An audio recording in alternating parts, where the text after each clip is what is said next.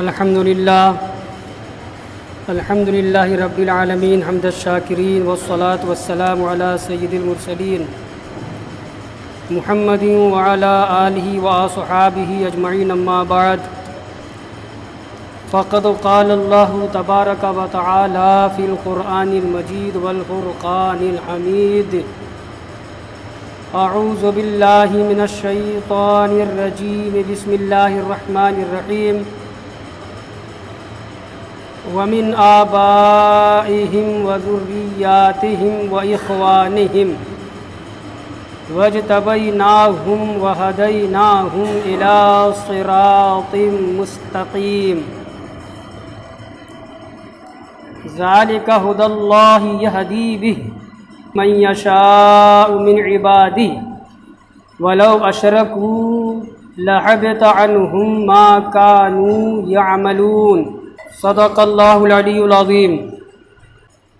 آج کی پہلی آیت وَمِنْ آبَائِهِمْ وَذُرِّيَّاتِهِمْ وَإِخْوَانِهِمْ وَاجْتَبَيْنَاهُمْ وَهَدَيْنَاهُمْ إِلَى صِرَاطٍ مُسْتَقِيمٍ۔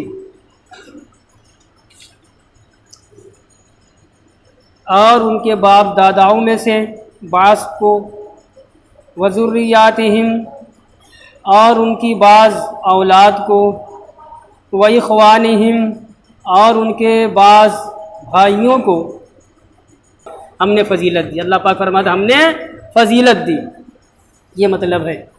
وَاجْتَبَيْنَاهُمْ اور ہم نے ان کو چن لیا۔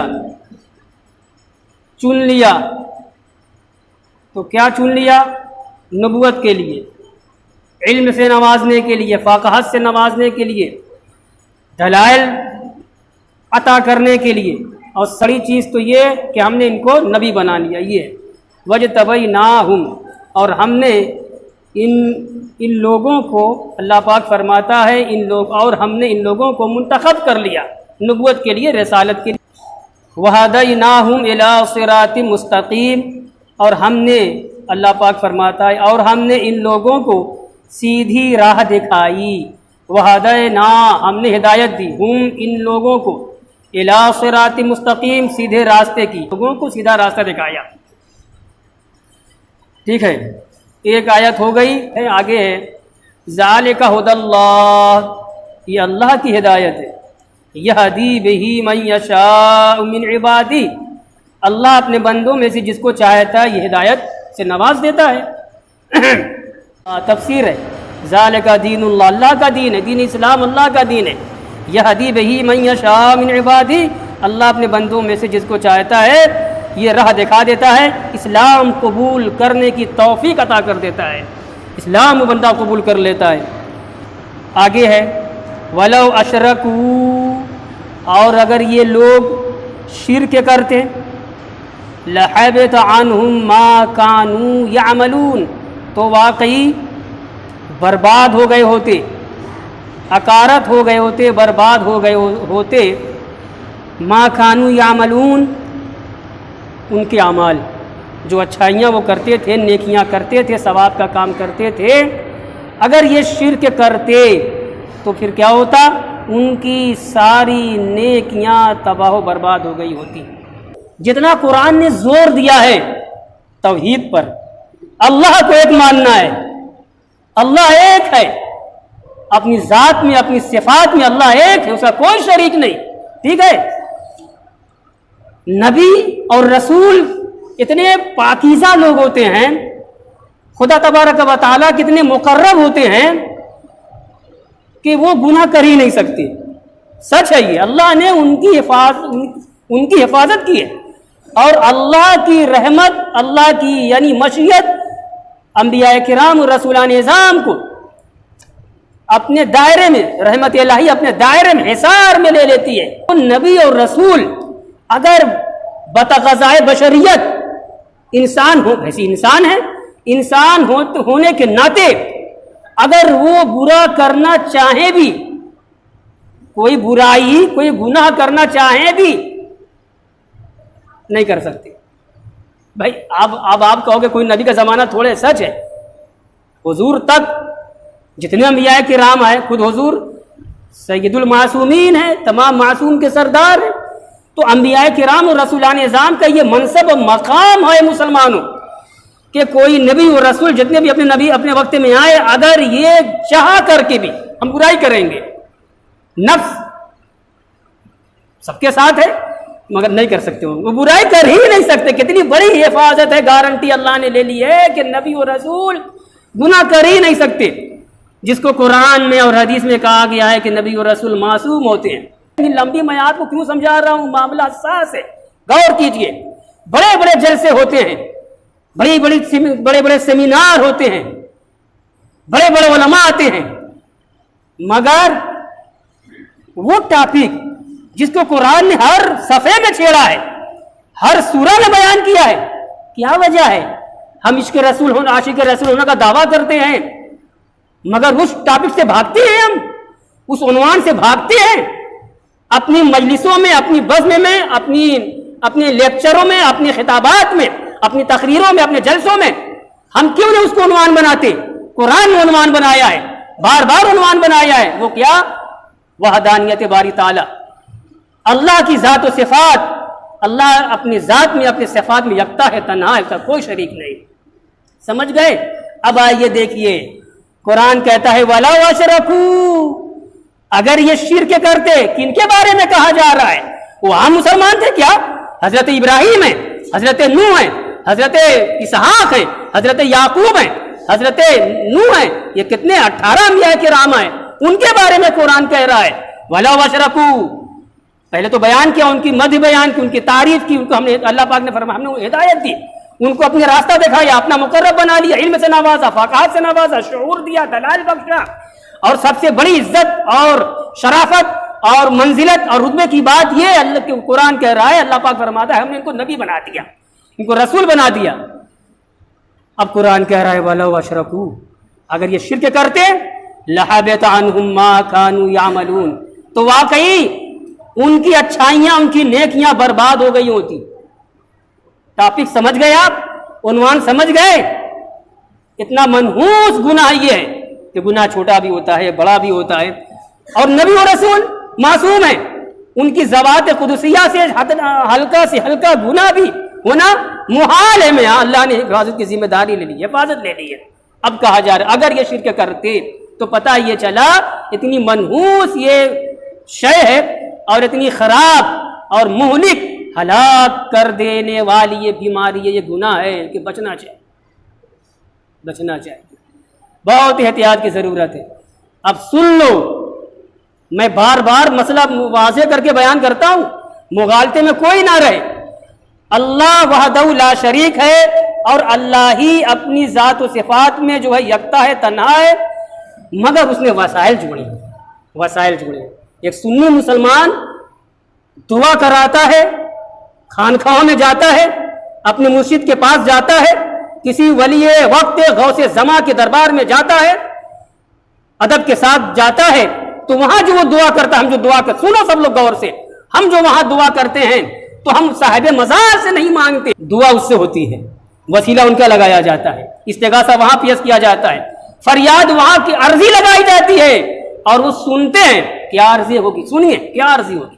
کیا ان سے ہم کہیں گے حضور آپ اللہ کے ولی ہو، آپ ہمارے لیے بارگاہ خداوندی میں دعا کرو. اب کہو کہ مولانا صاحب وہ تو مر گئے، وہ تو مر گئے، وہ تو مزار میں ہیں. ٹھیک ہے مر گئے، مگر ولی جو اللہ کا ولی ہوتا ہے، موت تو آ گئی، کل نفس ذائقۃ الموت کا وعدہ ربانی پورا ہو چکا ہے، وہ دنیا سے گیا، اس کے قبر میں اس کا جسد خاکی ہے، اس کا خاکی مٹی والا باڈی جس میں بدن وہاں ہے، اس کی روح وہاں سے نکال کر کے آزاد کر دی گئی. وہ جنت میں بھی ہے اور اپنے مرتبے و مکان کے مناسب وہ جنت میں سیر کرے، آسمان پہ جا کے اڑے اور عرش اعظم کی قندیل کے سائے میں رہے. یہ شہداء، انبیاء اور صدیقین، عارفین، کاملین کا یہ رتبہ ہے. رتبہ کا مقام ارواح ایک الگ چیز ہے. سمجھ گئے؟ اللہ سے مانگ، جو مانگ رہے اللہ سے مانگ رہے ہیں، وسیلہ لگا رہے ہیں، قرآن کا وسیلہ، نبی کا وسیلہ، کعبے کا وسیلہ، حج کا وسیلہ، ہر نیکی کا وسیلہ، ہر نیک بندے کا وسیلہ جو ہم سے اچھے ہیں. یہ ہے اسلامی تعلیم. اولئک الذین آتیناہم الکتاب والحکم والنبوۃ فَإِن يَكْفُرْ بِهَا هَؤُلَاءِ فَقَدْ وَكَّلْنَا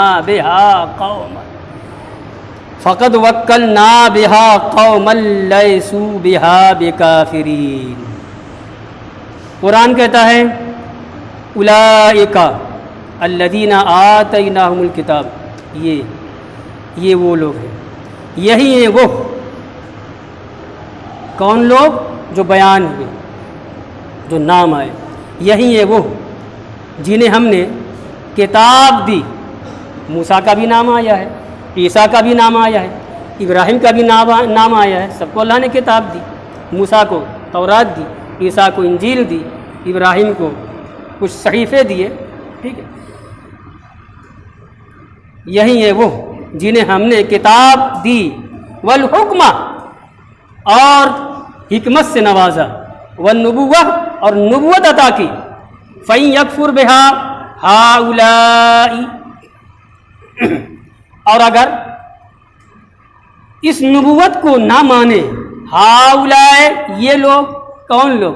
غور کیجئے، نبیوں کے بارے میں کہا جا رہا ہے کہ ان کو ہم نے، اللہ پاک فرماتا ہے کہ ہم نے حکمت سے نوازا، نبوت دیا۔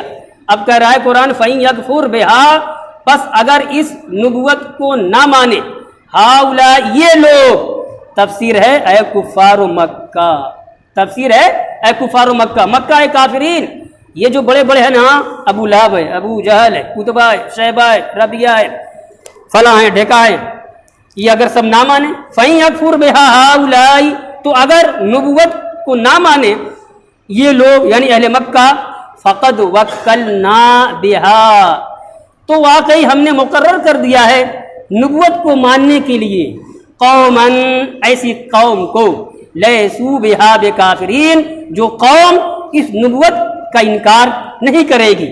کیا مطلب، کیا تفسیر؟ کہتے ہیں کہ صحابہ کرام کی عظمت بیان کی جا رہی ہے، ان کی تعریف کی جا رہی ہے، صحابہ کرام کی فضیلت ہے۔ قرآن کہہ رہا ہے فَقَدْ وَكَّلْنَا بِهَا قَوْمًا لَيْسُوا بِهَا بِكَافِرِينَ، تو واقعی ہم نے لگا رکھی ہے قوم اس نبوت کو ماننے کے لیے، جو قوم نبوت کا انکار کرنے والی نہیں ہو۔ قوم کون سی قوم ہے؟ قوم صحابہ ہیں، الانصار واہل المدینہ، انصار ہیں اور اہل مدینہ ہیں۔ تو انصار رہنے والے کہاں کے تھے؟ مدینہ کے ہیں، اور اس کے بعد اور اہل مدینہ کون، ان سے کون ہوئے جڑے؟ جو لوگ مکے سے ہجرت کر کے گئے وہ ہو گئے۔ تو انصاری صحابہ، مہاجر صحابہ، سب کی تعریف ہے۔ اور بھی کچھ تفسیر اس میں ہے، کہتے ہیں وقال قتادہ، حضرت قتادہ نے کہا فَإِن يَكْفُرْ بِهَا هَؤُلَاءِ الْكُفَّارِ، ٹھیک ہے، فَقَدْ وَكَّلْنَا بِهَا قَوْمًا لَيْسُوا بِهَا بِكَافِرِينَ، یعنی الانبیاء 18 عجیب۔ دیکھیے تفسیر دیکھیے، کہتے ہیں کہ یہاں پہ ایک تفسیر تو ہو گئی، قوم سے مراد صحابہ ہیں، کہ صحابہ نبوت کو ماننے والے ہیں، نبوت کا انکار کرنے والے نہیں۔ اور دوسری تفسیر کیا ہے کہ ماننے والی جماعت، ماننے والی قوم یعنی الانبیاء 18، وہ 18 انبیاء کرام جن کا تذکرہ یہ پیچھے ہوا ہے، تو وہ نبوت کو ماننے والے، خود وہ صاحب نبوت ہیں۔ اللہ نے نبی بنایا، جب نبی بنایا تو وہ خود سب سے پہلے اپنی نبوت کو تسلیم کرنے والے ہیں کہ اللہ نے مجھے نبی بنایا۔ مسئلہ نکل گیا تفسیر سے، سنو مسئلہ نکل گیا۔ وہ کیا مسئلہ نکلا؟ سنو بھائی، کوئی نبی و رسول جو اپنے عہد میں آیا، زمانے میں آیا، اللہ نے نبی بنایا، رسول بنایا، اس نے زمانے والوں کو بتایا میں اللہ کا نبی ہوں، اللہ کا رسول ہوں، تو فرض ہے اس پر، فرض ہے من جانب اللہ، اللہ کی جانب سے اس پر فرض ہے کہ سب سے پہلے خود وہ ایمان لائے۔ جی، سب سے پہلے خود وہ اپنے نبی ہونے پر ایمان لائے، میں اللہ کا نبی ہوں۔ سمجھ گئے؟ تو وہی تفسیر ہے، کہہ رہے ہیں کہ ایسی قوم جو نبوت کو ماننے والی، انکار نہیں کرنے والی، یعنی یہ 18 انبیاء کرام جو نام آیا ہے، خود وہ نبی ہیں، اور یہ لوگ خود اپنی نبوت و رسالت کو ماننے والے ہیں، اس کے بعد زمانے والوں کو بتلانے والے ہیں۔ یہ تیسری تفسیر دیکھو، تیسری تفسیر وقال ابو رجا، اس آیت کا مفہوم یہ ہے، معنی یہ ہے، یعنی قوم جو کہا گیا تو قوم سے مراد فقد وکلنا بہا قوما اے اہل السماء وہم الملائکہ۔ اللہ تیسری تفسیر یہ بیان کر رہے ہیں کہ یہاں قوم سے مراد اہل سما ہے، آسمان والے ہیں، زمین میں تو انکار ہو سکتا ہے۔ ابو جہل انسان تھا، ابو لہب انسان تھا، عتبہ انسان تھا، شیبہ انسان تھے، یہ سب اپنے وقت کے طواغیت تھے، شیطان وقت تھے جنہوں نے نبوت و رسالت کا انکار کیا، مگر آسمان مبرہ ہے، آسمان صاف ہے، آسمان کے اندر کوئی نہ ماننے والا نہیں ہے، سب ماننے والے ہیں۔ تو ملائکہ مراد ہیں۔ تیسری تفسیر ہے کہ قوم سے مراد اہل السما ہیں، وہم الملائکہ، فرشتے ہیں، فرشتے بھی مانتے ہیں نبی کو نبی، رسول کو رسول۔ سمجھ گئے؟ اولئک الذین ھدی اللہ فبہداہ مقتدہ قل لا اسألکم علیہ اجرا ان هو الا ذکری للعالمین۔ اولئک الذین ھدی اللہ، انہی لوگوں کو اللہ نے ہدایت دی۔ پھر تعریف ہے ان انبیاء کرام، فبہداہ مقتدہ، تو اے نبی تم ان لوگوں کی اقتدا کرو، ان لوگوں کی اقتدا کرو، یعنی ان کی جو سیرت ہے، ان کا جو کیریئر ہے، کردار ہے، ان کی جو عادات ہے، سب کو اپنے اندر سمو لو۔ ایک تفسیر ملی ایک کتاب میں کہ اس آیت سے اولئک الذین ھدی اللہ فبہداہ مقتدہ، اس آیت سے ایک مسئلہ علماء نے نکالا ہے۔ کیا مسئلہ ہے؟ وہ مسئلہ یہ ہے کہ قرآن یعنی اللہ تبارک و تعالیٰ اپنے نبی آخر الزماں حضور محمد رسول اللہ صلی اللہ علیہ وسلم سے فرما رہا ہے کہ یہ ان لوگوں کو ہم نے ہدایت دی، تو اے نبی تم ان لوگوں کی اقتدا کرو، یعنی ان کی سیرت کو اختیار کرو۔ اور ہر نبی اپنی بعض خصوصیات میں، بعض امتیازات میں الگ رہا ہے۔ سمجھ گئے؟ حضرت موسیٰ علیہ السلام کی ایک خصوصیت کیا تھی؟